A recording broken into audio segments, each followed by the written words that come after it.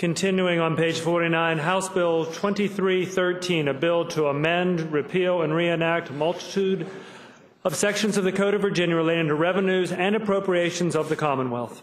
Gentlewoman from Fairfax, Ms. Watts. Thank you, Mr. Speaker. Speaking to the bill. Gentlewoman has the floor. Thank you, Mr. Speaker. I think I'll start with the observation this is a short session. One day before this 45-day session began, we got a major proposal presented about the funding of our transportation system.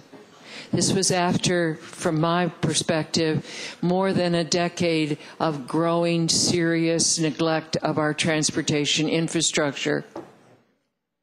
The proposal that was given to us, and we did not see it until the deadline for bills being submitted, which I think is 10 days into the session, we did not see the proposal, although it really didn't change from the press release. From the proposal that has been criticized by virtually every economist that I have seen speak to the bill, from the Wall Street Journal down to, I shouldn't say down to, from the Wall Street Journal to Grover Norquist, all saying that this is not good economy to move away from a user fee, the gas tax, and to a sales tax. I'm sure many of you have also heard from people that I know in my extended family. I have a wide range of relatives. Some relatives can afford to winter at like snowbirds in Florida, and they drive with all of their car packed through Virginia. I see a lot of them, and I'm driving back and forth to the General Assembly. And then I have relatives where grandma's only choice in the winter is to decide how much she can spend in the Kmart for a toy for Christmas gift, which is not really what the grandson wants, but it's all she can afford. And we're making the trade-off of not taxing the grandma who's going to winter in Florida, but we are going to tax the grandma shopping in Kmart. Again, it does not make sense on a public policy basis. It does not make sense on an economic basis to move away from a user fee. It also, as I've spoken repeatedly, is nowhere near enough funding to address the problems that we have before us. The problems in the urban crescent, and I don't call it the golden crescent, I call it the urban crescent, with all of its urban problems, including major congestion that caused us to lose our ranking as the #1 state to do business, and this bill does not address that. We did not take the opportunity last night to put that provision in this bill, and I want to send a message loud and clear that without addressing the congestion of the urban crescent so that it can, in fact, become the golden crescent that helps support all of the other programs for the Commonwealth. Without that provision, I cannot vote for this bill. I can't vote for it because it's bad economics. I can't vote for it because it's bad policy. I can't vote for it because it does not address the need. It also doesn't address the need because, you know, those of us in the urban crescent, it's not just the big congestion that you all may drive through and wonder why in the world some of us still live there. How do you do this when you don't know whether you're going to work? It's going to take you 45 minutes or an hour and a half. Well, some of us live there also because we really love where we live. And my constituents, as they see the inefficiency, if a pothole is fixed, and that's a big if, it's patched. And 2 months later, another crack opens, and a month later, a bigger pothole opens, but we don't have the money for maintenance. We don't have the money for intersection improvements so that people can get out of their neighborhoods. This is a problem that we face statewide. Ask the gentlelady to suspend for a second. If y'all are going to caucus, could you go back in the room back there? Can't hear. Thank you, Mr. Speaker. Appreciate that. The maintenance problem is something that we face statewide, and I can assure you that everyone that I have spoken to, whether it's the business community, whether it's local government, or whether it's the representatives of the people here from the Urban Crescent, believe in the Commonwealth and that we must have adequate funding to address these needs statewide. This bill only deals with maintenance and not with local roads. The money that is there through the year 2020, you're not going to see it for your local roads. It's not going to go through the formula. There's no money for the formula.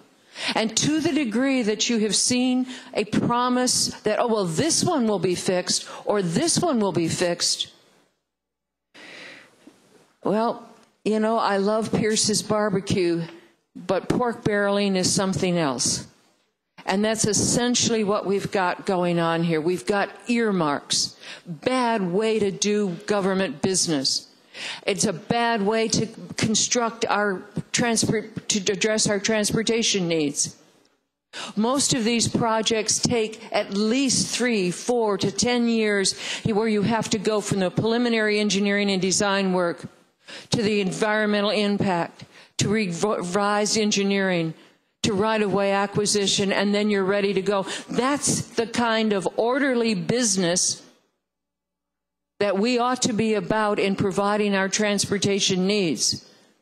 Not just something that can be quickly promised that's a 1-mile improvement when you really need a 5-mile improvement, but maybe it'll help persuade someone that when I run for re-election, I'll be able to say, I did that. But what have I done for the future of the Commonwealth?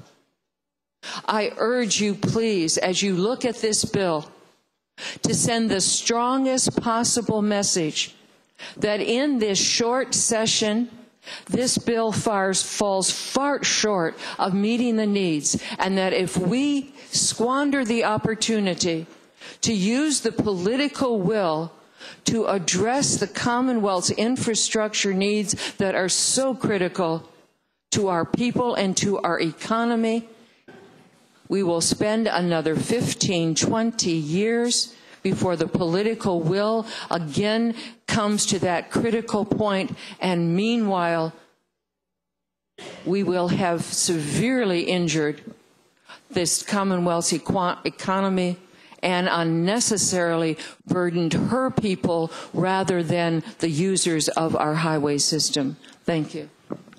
Loud, Mr. Minshew. Thank you, Mr. Speaker. I speak to the bill, Mr. Speaker. Yes, Mr. Speaker. This bill before us is one that I think will be the start of a very productive bill as we send this bill over to the junior chamber to the west of us. And I would first start off associating myself with many of the comments by the gentlelady from Fairfax, who has been a great advocate for transportation funding in her years of service. I believe it is important, Mr. Speaker, for us to approve this bill.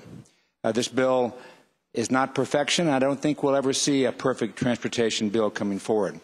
But in light of what happened in the Senate yesterday, I believe it is incumbent upon us in this body at this time to send forward a bill that we can build upon in working with our colleagues over in the Senate and through conference.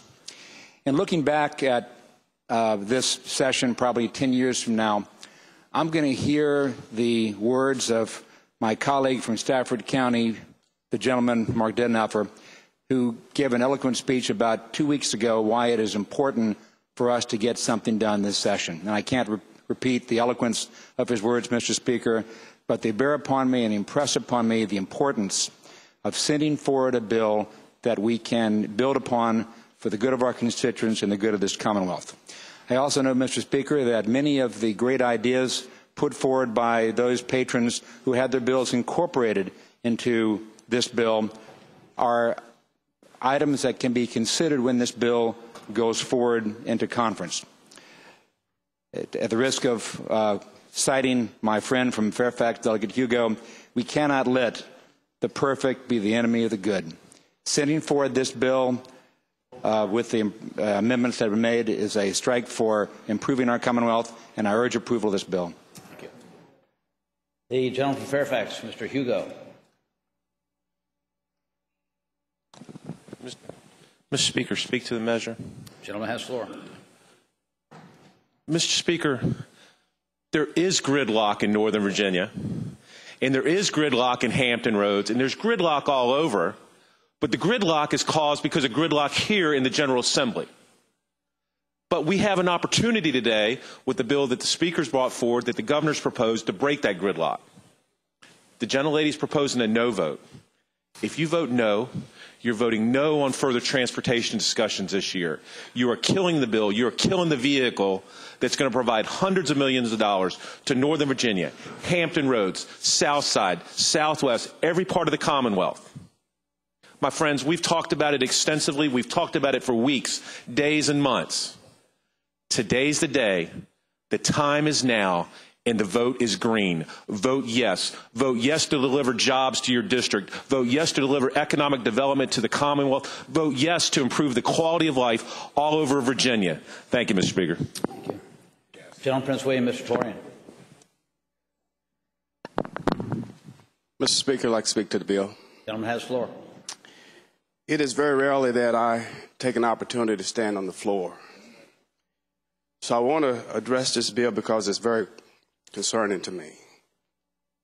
This is not a perfect bill, but something that I want to share with this House is when the governor sends us a bill that is controversial both for my colleagues on the other side of the aisle and for us as well. I think that it's time for us not to become like Washington, but to come together as a House. As a House, to allow our concerns to be known to the governor and then send our concerns back to him as the House, not as Republicans and not as Democrats. We become like Washington when a critical bill like this comes before us and we do nothing. And we bicker and we argue as Republicans and Democrats. If we are going to be above the fray, then we are about solutions. This is not a perfect bill, and I can go back to my community and tell them that I do not agree with everything in this bill.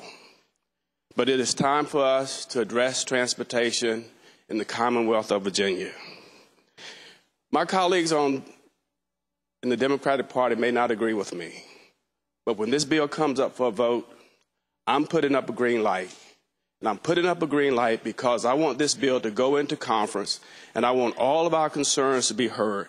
Mr. Speaker, you have said that you will do everything that you can to address the concerns of my colleagues. And I believe you in this.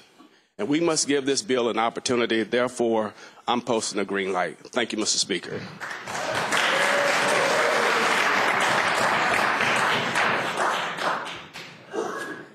The gentleman, Prince William, Mr. Marshall. Speaking to the bill. Gentleman has the floor. Thank you very much, Mr. Speaker. Mr. Speaker, transportation involves getting from A to B or other points in between. Very often when we approve road monies here, the localities will approve massive construction along these same roads and expect us to then play catch-up, over which we have no direct control. That happened on Route 28 in Fairfax, in Loudoun. It happened on Route 28 in my district, where the supervisors approved 1,000 more units on a road that is really a parking lot. There is no coordination here. We have to consider the priorities that we're establishing. Mr. Speaker, we've approved this morning bonding for, I think it's up to $700 million for Route 58. Now, I understand the interest in economic development, but the gentleman gave me figures of 7,100 vehicles a day. That happens in 1 hour at spots in Northern Virginia. Why is this a priority down here in Southwest Virginia when you've got the money machines have more cars or vehicles in 1 hour than in 24 hours? This is a misplaced priority. Ask yourself, how much of the surplus have we dedicated to transportation over the past 10 years? I don't think we've dedicated enough. Now, remember a number of Republicans were just guffawing and criticizing Speaker Nancy Pelosi in the House of Representatives, who said we had to pass the Affordable Care Act to find out what's in it. The same pitch is being made here. You have to keep 2313 alive in order to move it down the road. And based on the questions from the gentleman from Fairfax and from Suffolk, there will be local taxes added here on top of these other state tax increases. So the Republicans are doing exactly what they criticized folks, Democrats, for in Washington. Additionally, the Republican base is going to wonder why we didn't set better priorities rather than decide to increase the taxes. So I'm going to vote no. I urge others to do the same. Thank you, Mr. Speaker. Gentleman from Suffolk, Mr. Jones. Mr. Speaker, speaking to the bill. Gentleman has the floor. It's not often that we get the opportunity to move a process along that truly can be landmark in what it can do for us. And it's easy to say I'm going to vote against something and find reason after reason because of a phone call, an email, or an acquaintance that you might have run across. This is my, I think, 27th year in elective office, I believe. Come on, young lady. Come on. And I have never been afraid to make a decision based on what I think is an informed decision. Did I like this bill when it was first introduced? Told the Speaker I really didn't. But what I did tell the Speaker and the Governor and other members who came to me and talked to me is that I realize that in my area, Hampton Roads, and in our Commonwealth, that we have a dilemma that we cannot get around by wishing it would go away. I have spent about 12 years, I think, now on the Appropriations Committee. And what I have found in that process is, speaking to what was mentioned last night on the floor, money comes from the people who pay the taxes to help fund and run our government. And if we are not funding and dealing with the infrastructure needs that we have, we are running away from that because we don't have the courage to do what is right, then each and every one of us ought to go home. And I'm very honest about that. When I think about a reason to vote no or looking at the historical perspective of what we have done, none of that matters today. What matters today is that we have an opportunity to send a bill to the other end of the Capitol to continue the debate and the dialogue. I have listened to what has been said to me in the last couple of days about the blending of a gas tax and a sales tax. I get the nexus of a user fee with the gas tax. I understand totally what they were trying to do with taking the sales tax as it grows and indexes with time. What I would ask this body to do is think about your constituents and the fact that you've got family that have lived in this Commonwealth for years, and what you want is a better quality of life. Do I like everything in it? No, I don't. Have I been involved with some very difficult issues in my tenure here? Yes, I have. Some the Speaker and I haven't always agreed upon. But you know what we've always agreed upon?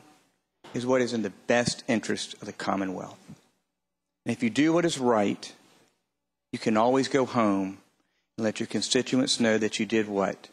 You studied the issue, you looked at what would make the most difference, and at the end of the day, the best opportunity to represent them and govern in a manner that our forefathers had envisioned for us when they set this Constitution and our country on its way many, many years ago. So, Mr. Speaker, I'd ask that we would pass the bill. Gentleman Stanton, Mr. Bell. Thank you, Mr. Speaker. Mr. Speaker, ladies and gentlemen of the House, my friend from Prince William nailed it. There are things to like and things to dislike in this bill. And like every one of you, I'm not crazy about every element either. Nothing we do in this chamber will produce perfect legislation. We already know that. There are no easy answers. There's no silver bullet solution for this. But there is something we can do, and we need to do it, and we need to do it today. We need to think in terms of the Commonwealth. A transportation plan that's long overdue needs to be a statewide transportation plan. It does not need to be a transportation plan for the urban crescent or for Southwest Virginia or for the Valley. It needs to be a transportation plan for all of those things. The governor's plan provides a statewide solution. Every district will benefit as we continue to reform how Virginia funds transportation. The time to act is now.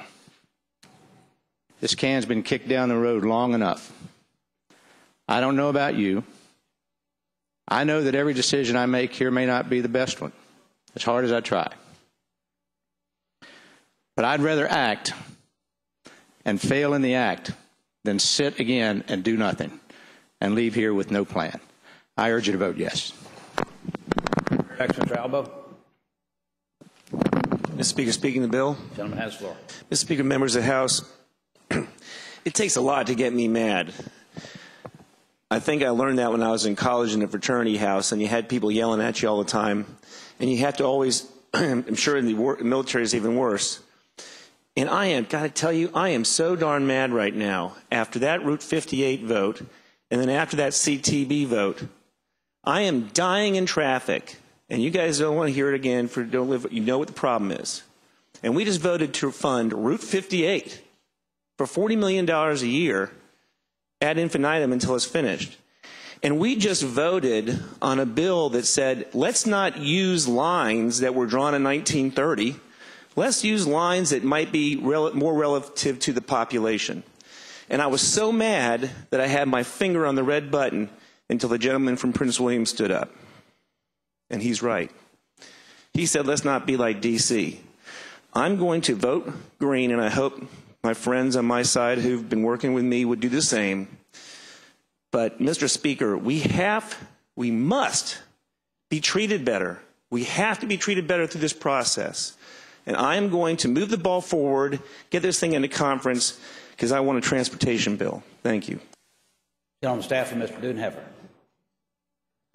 Mr. Speaker, I stood here a couple weeks ago and talked about being open-minded and going through the process and having your ideas heard. And I've seen that process work. And I want to applaud my friend from Prince William County, because what he said was virtually what I tried to say a couple weeks ago. I think he did it probably more elegantly than I did. But we cannot leave this chamber today without a bill. I mean, no matter what you think or where you stand on this thing, I believe we need to leave the chamber today with a bill. I don't want to go back to my district and tell people, well, we squabbled. We're just like the guys up in Washington, D.C. We're not like that. I've seen the way people here talk and communicate with each other. Let's pull together on this one. Let's get this bill going. Let's push it to the next step, and let's leave here with a transportation bill. Thank you. Gentleman from James City County, Ms. Pogge. Thank you, Mr. Speaker. Mr. Speaker, I too want to put my voice into the rest of the body that wants to vote this bill out of here and send it into conference. I haven't been happy about some of the changes in the bill, but we don't know what's going to come out of the conference. And so we have this opportunity here today, right now, to keep this thing going, to finally get something done for transportation in Virginia. Our constituents are anxiously awaiting our reply. The gentleman from Fairfax, Mr. Rust.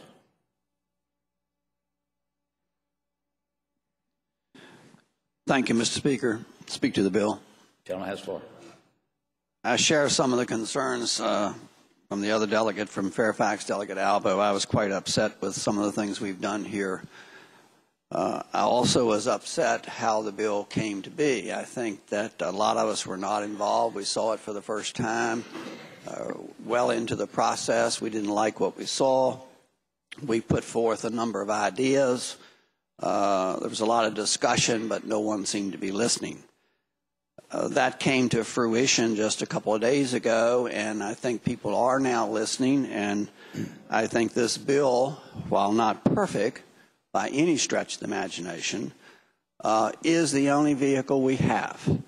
And I am confident that with the leadership shown by the Speaker and other people on both sides of the aisle, that what comes out of here in a couple of weeks will be what we need, will solve problems not just maintenance problems, but construction problems that, and I will use the term, that the Golden Crescent desperately needs in order to continue to be the Golden Crescent. I, too, had my finger on the red button, but I'm going to move it over to the green button. Thank you, Mr. Speaker. Gentleman from Roanoke City, Mr. Ware. Mr. Speaker, speak to the bill. Gentleman has the floor. Mr. Speaker, you know, down here when we talk about transportation, we're talking about Northern Virginia Tidewater. We very seldom even think about Southwest Virginia and Southside. And so I'm always on the defensive when we start discussing transportation, because I figure if we get a crumb, that's going to be it. But I really rise because I know how hard it is for a new delegate on either side of the aisle to somewhat go against what the consensus of your caucus is. And I would say to the gentleman from Prince William County, you grew up today. You know what it is to be a leader. Sometimes you have to stand on this floor and say things that not everybody likes, but you say it because it's the right thing to do. And in my opinion, that's what makes a person great, and that's what great leadership is. I don't like the bill. I get a train out of it.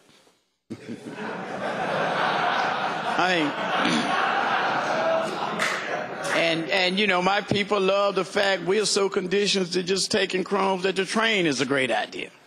And along with Delegate Habib and Delegate Head, you know, we talk about where Southwest Virginia is. But I would agree, you know, I always tell people it's always easy to do nothing because you don't have to think. You just say no. But when you want to do something progressive, you have to think outside the box. You have to be daring. You have to be careful. And you have to be prepared to be by yourself, and you have to be prepared to be criticized. Mr. Speaker, I intend on voting on this bill because, in my opinion, it's the right thing to do for all Virginians. Thank you. Shall the bill pass?